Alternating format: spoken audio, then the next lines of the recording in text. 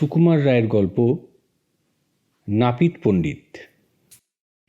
Baghdad শহরে এক ধনীর ছেলে প্রতিজ্ঞা করিয়া বসিল সে কাজীর মেয়েকে বিবাহ করিবে। কিন্তু প্রতিজ্ঞা করা যত সহজ, কাজ তার তত সহজ নয়। সুতরাং কিছুদিন চেষ্টা করিয়াই সে বেচারা একেবারে হতাশ হইয়া পড়িল। দিনে আহার নাই, রাত্রে নিদ্রা নাই। তার কেবলই ওই এক চিন্তা, কি করিয়া কাজীর মেয়েকে বিবাহ করা যায়। বিবাহের সবচেয়ে বড় বাধা কাজী সাহেব স্বয়ং। সকলেই বলে, বাপু হে, কাজী সাহেব এ স্পর্ধার কথা জানতে পারলে তোমার একটি হাড় আস্ত রাখবেন না। বেচারা কি করে, ক্রমাগত ভাবিয়া চিন্তিয়া সে রীতিমতো জ্বর আনিয়া ফেলিল। বন্ধুবান্ধব বলিতে লাগিল, ছোকরা বাঁচলে হয়। ইহার মধ্যে হঠাৎ একদিন এক বুড়ি আসিয়া খবর দিল, বিবাহের সমস্তই ঠিক, কাজী সাহেবকে না জানাইয়াই এখন চুপচাপ বিবাহটা হইয়া যাক, তারপর সুবিধা মতো তাহাকে খবর দেওয়া যাইবে, তখন তিনি গোল করিয়া কি করিবেন। সে আরও বলিল, শুক্রবার সন্ধ্যার সময় কাজী সাহেব বাড়ি থাকবেন না, সেই সময় বিয়েটা সেরে ফেল। কিন্তু খবরদার, কাজী সাহেব যেন এ কথার বিন্দুমাত্র জানতে না পারেন। শুক্রবার দিন ভোর না হইতে বর বেচারা হাত মুখ ধুইয়া প্রস্তুত। সন্ধ্যা পর্যন্ত তাহার আর সবুর হয় না। দুপুর না হইতেই সে চাকরকে বলিল, একটা নাপিত ডেকে আনো, এখন থেকে এই পরিষ্কার পরিচ্ছন্ন হয়ে থাকি। চাকর তাড়াতাড়ি কোথা হইতে এক নাপিত আনিয়া হাজির করিল। নাপিত আসিয়াই বরকে বলিল, আপনাকে বড় কাহিল দেখছি, যদি অনুমতি করেন তো ছুরি দিয়ে বাঁ হাতের একটুখানি রক্ত ছাড়িয়ে দিই, তাহলেই সমস্ত শরীরটা ঠান্ডা বোধ করবেন। বর বলিল, না হে, তোমাকে চিকিৎসার জন্য ডাকি নাই, আমার দাড়িটা একটু চটপট কামিয়ে দাও দেখি। নাপিত তখন তাহার সরঞ্জামের থলি খুলিয়া অনেকগুলি খুর বাহির করিল। তারপর প্রত্যেকটা খুর হাতে লইয়া বারবার করিয়া পরীক্ষা করিতে লাগিল। এইরূপে অনেক সময় নষ্ট করিয়া সে একটা বাটির মধ্যে কি একটা বাহির করিল। বর ভাবিল, এইবার বাটিতে জল দিয়া কামানো শুরু করিবে। কিন্তু নাপিত তাহার কিছুই করিল না।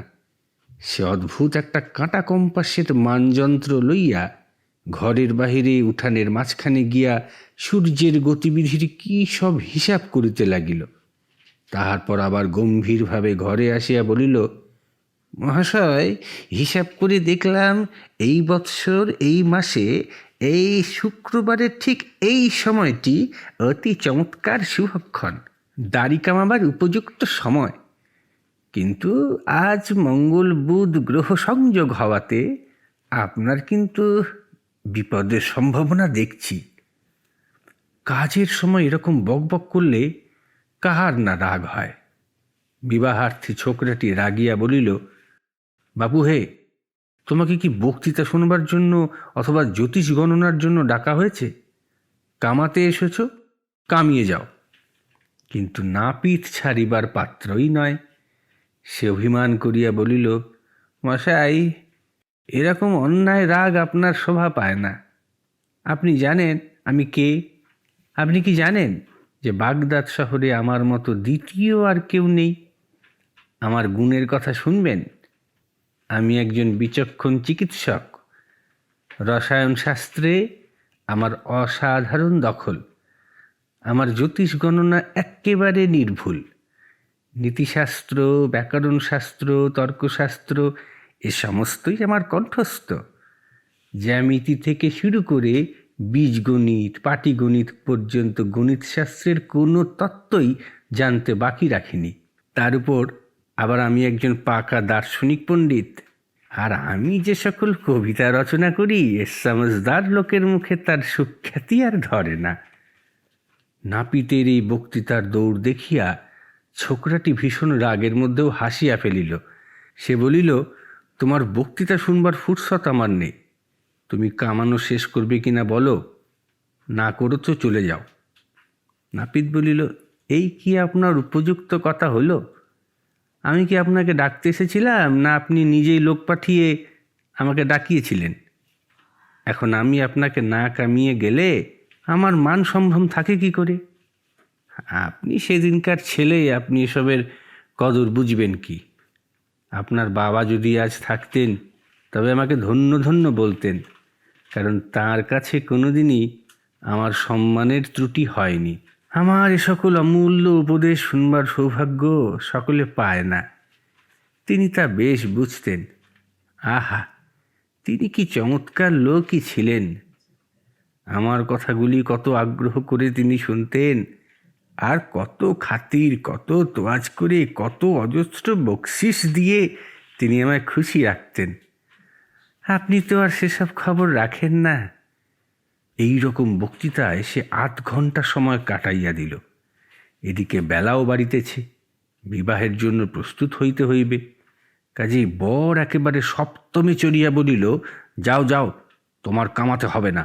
নাপিত অগত্যা তখন তাড়াতাড়ি খুর লইয়া কামাইতে শুরু করিল।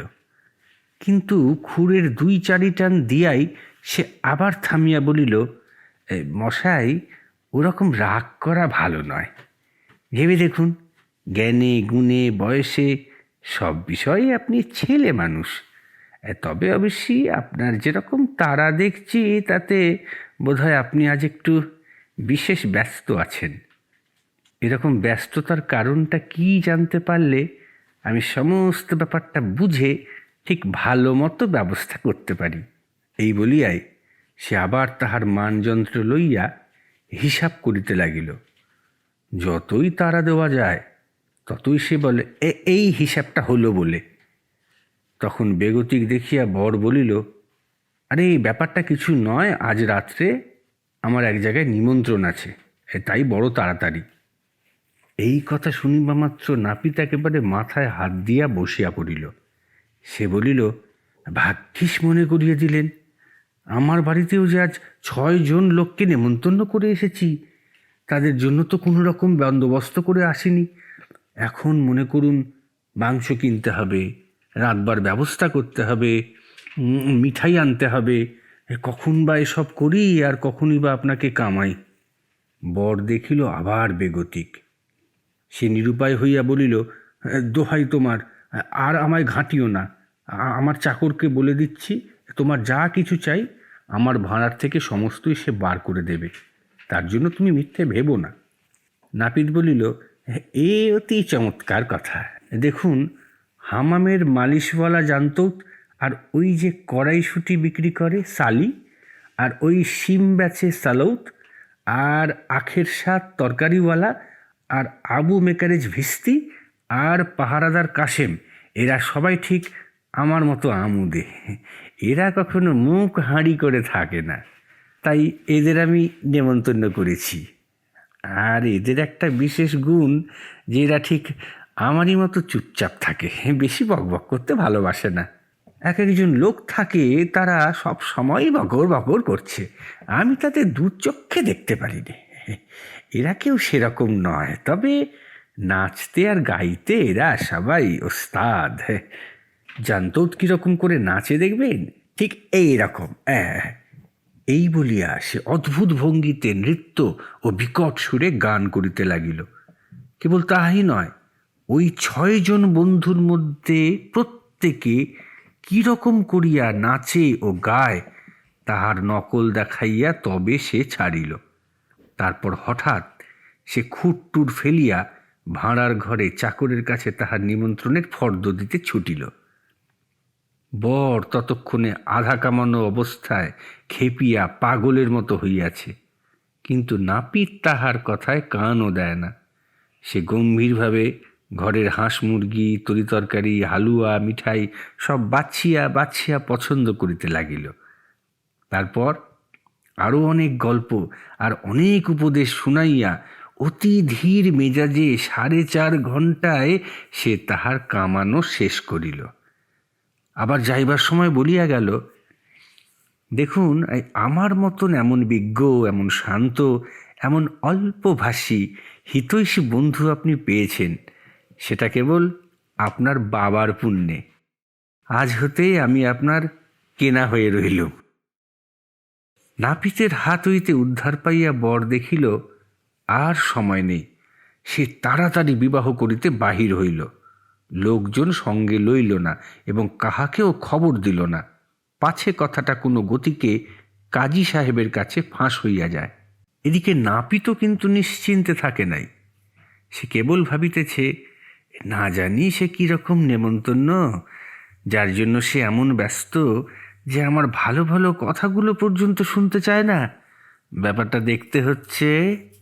সুতরাং বর যখন সন্ধ্যার সময় বাহির হইল, নাপিতও তাহার পিছন পিছন লুকাইয়া চলিল।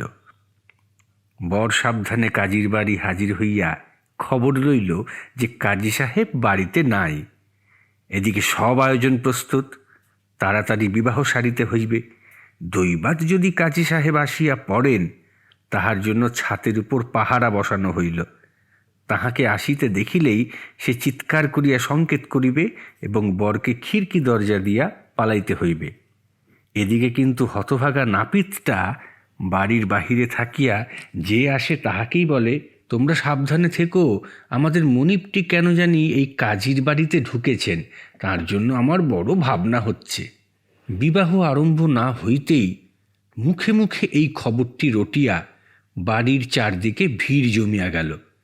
তাহা দেখিয়া ছাতের উপরে সেই পাহারাদার ব্যস্তভাবে ডাক দিয়া উঠিল। আর কোথায় যায়, তাহার গলার আওয়াজ পাওয়া মাত্র, কে আছিস রে, আমার মনিবকে মেরে ফেলল রে বলিয়া নাপিত হায় হায় শব্দে আপনার চুল দাড়ি ছিঁড়িতে লাগিল। তাহার বিকট আর্তনাদে চারিদিকে এমন হই হই পড়িয়া গেল যে স্বয়ং কাজী সাহেব পর্যন্ত গোলমাল শুনিয়া বাড়ি ছুটিয়া আসিলেন। সকলেই বলে, ব্যাপার কি? নাপিত বলিল, আর ব্যাপার কি, এই লক্ষ্মী ছাড়া কাজী নিশ্চয়ই আমার মনিবকে মেরে ফেলেছে। তখন মার মার করিয়া সকলে কাজীর বাড়িতে ঢুকিল। বর বেচারা পালাইবার পথ না পাইয়া ভয়ে ও লজ্জায় একটা সিন্দুকের মধ্যে লুকাইয়াছিল। নাপিত সেই হাজার লোকের মাঝখানে সিন্দুকের ভিতর হইতে এই যে আমাদের মনিব বলিয়া তাহাকে টানিয়া বাহির করিল। সে বেচারা এই অপমানে লজ্জিত হইয়া যতই সেখান হইতে ছুটিয়া পালাইতে যায়, নাপিত ততই তাহার পিছন পিছন ছুটিতে থাকে আর বলে, আরে মশাই পালান কেন, কাজী সাহেবকে ভয় কিসের, আরে মশাই থামুন না। ব্যাপার দেখিয়া চারদিকে লোকজন হাসাহাসি ঠাট্টা তামাশা করিতে লাগিল। কাজীর মেয়েকে বিবাহ করিতে গিয়া বিবাহ তো হইলই না, মাঝ হইতে প্রাণপণে দৌড়াতে গিয়া হোঁচট খাইয়া বরের একটা ঠ্যাং খোঁড়া হইয়া গেল। এখানেও তাহার দুর্দশার শেষ নয়। নাপিতটা শহরের হাটে বাজারে সর্বত্র বাহাদুরি করিয়া বলিতে লাগিল, দেখেছ ওকে কিরকম বাঁচিয়ে দিলাম, সেদিন আমি না থাকলে এ কি কাণ্ডটাই না হতো। কাজী সাহেব যেরকম খ্যাপা মেজাজের লোক, কখন কি করে বসতো কে জানে। যা হোক, খুব বাঁচিয়ে দিয়েছি। যে আসে তাহার কাছেই সে এই গল্প জুড়িয়া দেয়। ক্রমে ছোকরাটির অবস্থা এমন হইল যে সে কাহাকেও আর মুখ দেখাইতে পারে না। যাহার সঙ্গে দেখা হয় সেই জিজ্ঞাসা করে, এই ভাই, কাজীর বাড়িতে তোমার কি হয়েছিল? শুনলাম ওই নাপিতটা না থাকলে তুমি নাকি ভারী বিপদে পড়তে। শেষটায় একদিন অন্ধকার রাত্রে বেচারা বাড়ি ঘর ছাড়িয়া বাগদাদ শহর হইতে পলাইল এবং যাইবার সময় প্রতিজ্ঞা করিয়া গেল, এমন দূর দেশে পলাইব যেখানে ওই হতভাগা নাপিতের মুখ দেখিবার আর কোনো সম্ভাবনা না থাকে।